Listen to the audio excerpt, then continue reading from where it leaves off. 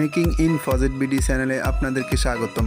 আপনারা দেখতে পাচ্ছেন কিভাবে একটি এলইডি বাল্ব রিপেয়ার করতে হয়। এলইডি বাল্বের যে ফিনটি ছিল এটি ভেঙে গেছে। ওখানে আমি আরেকটি অন্য বাল্ব থেকে ফিনটি নিয়ে এখন এই ফিনটি লাগাবো। বন্ধুরা আপনারা দেখতে আমি আগে বাল্বটি সুন্দরভাবে খুলে নিচ্ছি।